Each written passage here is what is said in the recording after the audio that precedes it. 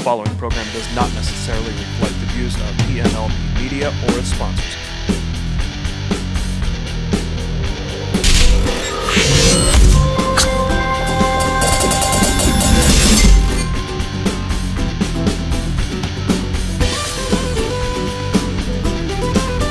Good afternoon, I am BT and I work for PMLB Media. I'm here today to talk about the Super Bowl 46 post-game show.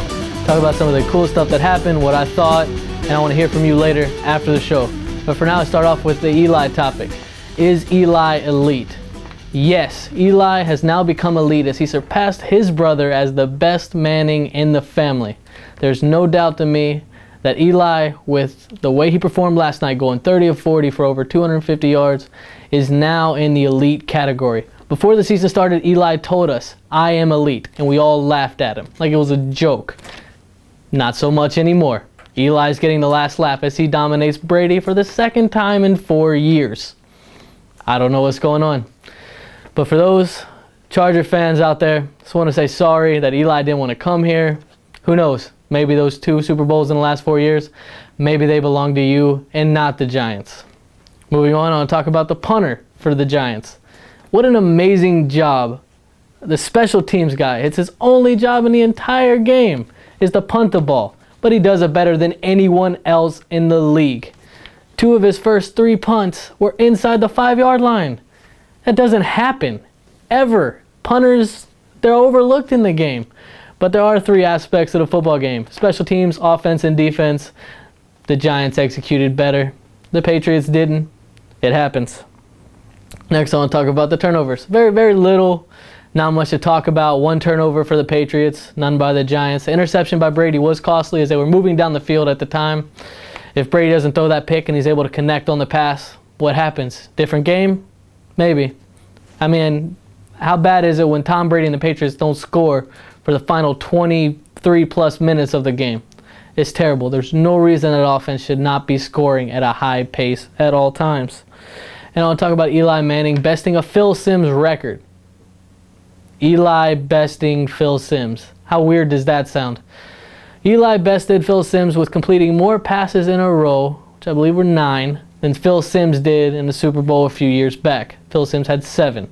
Eli 9, Phil Simms 7. I don't know how that happens, but like I said, Eli, welcome to the elite club. I want to talk about Tom Brady. Tom Brady had an up and down game. In the first half, looked amazing. Third quarter looked amazing. But he did set the overall record for pass completions in a concurrent stat. He threw 15 in a row to different receivers, was able to complete 15 passes in a row, and shattered the record set by Joe Montana. I want to talk about Tom Coughlin being the oldest coach in the NFL history to ever win the Super Bowl at over 65 years old. 65 in about 200 some days, I believe. But just the fact that a guy is willing to put his life on hold for this long, win 2 championships in the last 4 years, and just dominate. Hey, Tiki Barber, how's that going when you said Tom Coughlin and Eli Manning weren't leaders? Yeah, it sucks sitting at home, doesn't it, bro? Not the last, but talk about Mario Manningham's David Tyree's catch 2.0. It wasn't exactly as spectacular because you can't top a helmet catch over Rodney Harrison, who's one of the most feared safeties in the league. But making a catch with 2 feet in bounds over your off shoulder while 2 guys are trying to crush you, it's pretty awesome. Did a good job, Manningham. Very proud of you. I want to talk about karma hitting the Super Bowl losers, the Super Bowl runner-ups, the Patriots. For those say, hey, Brady's got too much stuff, too much good stuff. He's got a Brazilian supermodel as a wife, millions of dollars. He's got an Uggs boot contract worth millions of dollars. He's got model good looks. So who doesn't like seeing the good-looking guy go down in just a face full of crap every now and then? I enjoy it. So it was fun as but the night before the game, they released wide receiver Tyquan Underwood out of Rutgers. The night before the Super Bowl, they released a wide receiver off the team and promoted a defensive lineman. Why would you do that? Why would you release someone that's been on your team the entire year to bring in someone that's been on the practice squad. What happened that, that we didn't know about? Who knows? Maybe they could have used Underwood's speed to help hurt that secondary. No. Definitely wouldn't have hurt to have one more, because the defense was solid for the Patriots, but the offense was terrible. And for the next part, I want to go to my heroes, zeros, unsung heroes, and unsung zeros of the game. For a hero, it's got to be Eli Manning. Dude completed 30 of 40 passes. For his QB rating was over 103. You can't beat it. 75% of your passes, he has become an elite quarterback. Never thought I would say that in the same sentence, ever. Eli Manning is elite. Now, for my hero, for the unsung hero, I would have to go as the punter, Weatherford. Like I said earlier, the guy is amazing. What he does, he dominated field position by himself. The Giants would struggle. He'd punt the ball inside the 5, led to 9 points. Think, he punts the ball to the 2. It stays at the 2. Tom Brady throws a 40-yard bomb downfield to nobody, leads to a safety. The safety leads to another touchdown on a 2-yard pass to Victor Cruz. 9 yards by the punter. I know punters don't really accumulate points, but that should count because he did that almost by himself. Now I want to talk about my zero. My zero is Tom Brady. He choked it up on the second to last drive. Him, Welker, Hernandez. I don't know what happened. Welker is stable, Hernandez is stable, and neither of them could hold on to a pass. Maybe it's that, or maybe Tom Brady was just too excited. He couldn't get it to him on time. I don't know. Tom Brady's normally more accurate like that. But I did watch the Welker one. Welker had to jump backwards, but it stuck right in the diamond. When you get stuck in the diamond of your hands, you need to catch it. No excuse to drop it. Even Welker came out and said, hey, I cost my team the game because I didn't catch the ball.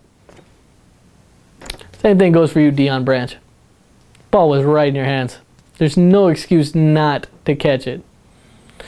It's terrible. Now I want to talk about my unsung hero.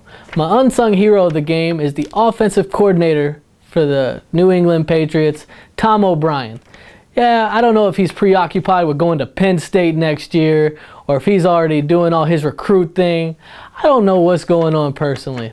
But I know when you look at a team, my team, Washington Redskins, beat the Giants twice this year.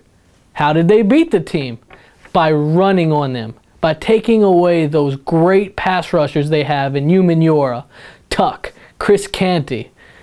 All those guys. They got hurt and would gash on the run. The linebacking quality of that team is not spectacular. It's solid, but not spectacular. You win by running the ball. And to give their best running back, the law firm, Ben Jarvis Green Ellis, 10 carries? Come on, Tom O'Brien. You got to do better than that. I mean, it's not like the law firm's ever fumbled in his career in the NFL. Guess how many fumbles the law firm has? 0. So give the ball to him more. I know it's a passing lead, but the guy is solid. He's steady. He averages over 4 yards a carry. Show him some love, my friend.